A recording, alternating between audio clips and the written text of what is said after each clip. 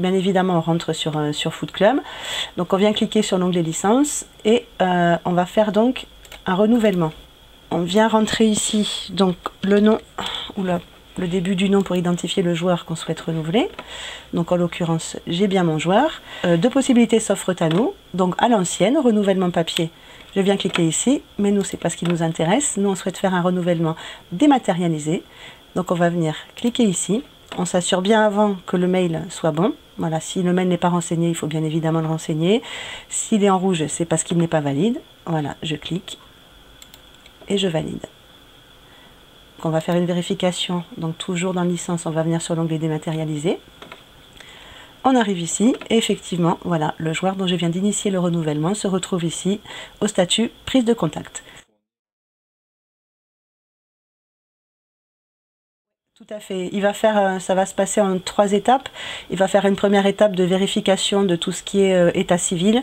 Ensuite, il va arriver sur la partie assurance. On retrouve exactement ce qu'on a en fait en papier, voilà, sur Internet. Donc c'est vraiment la même chose. On n'est pas trop perturbé. On retrouve vraiment les mêmes données à vérifier. Une fois que la personne a validé donc sa demande de renouvellement, nous ça nous arrive donc toujours au même endroit.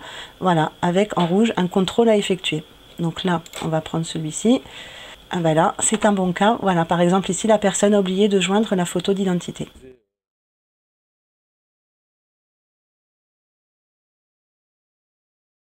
Oui, tout à fait, parce qu'on a cette possibilité qui nous est offerte depuis 2 ans. La première année, on n'était pas prêt. Voilà, c'était un cap à passer, on n'était vraiment pas prêt. On s'est laissé 1 an pour voir les tutos, pour se former, pour apprendre réellement comment utiliser cette nouvelle procédure. Et on a dit, allez là, on y va, on se lance et c'est formidable. On n'a aucun regret.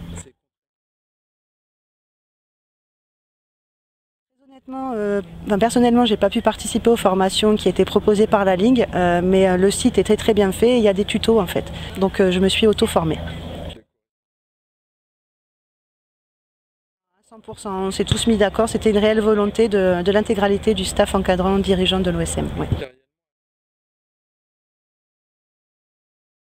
Alors, on a à peu près 500 licenciés, on a dû faire 200 dématérialisations de licences.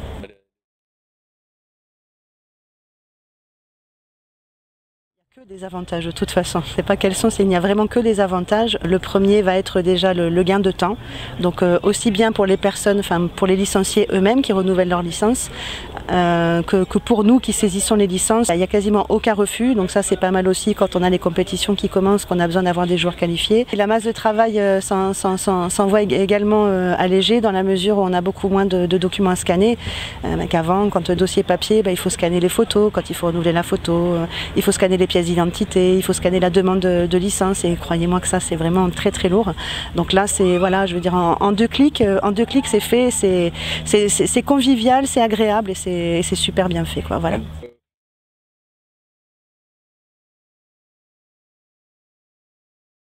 Les licenciés peuvent être un petit peu frileux parce qu'ils ont l'habitude de leur confort, du papier, un petit peu à l'ancienne. Voilà, comme aujourd'hui, il faut vivre avec son temps. Il ne faut pas hésiter à promouvoir la dématérialisation autant auprès des licenciés que du staff, des personnes qui sont amenées et habilitées à faire ces dématérialisations, quoi. Ça, on gagne du temps, c'est juste génial. L'essayer, c'est l'adopter, vraiment.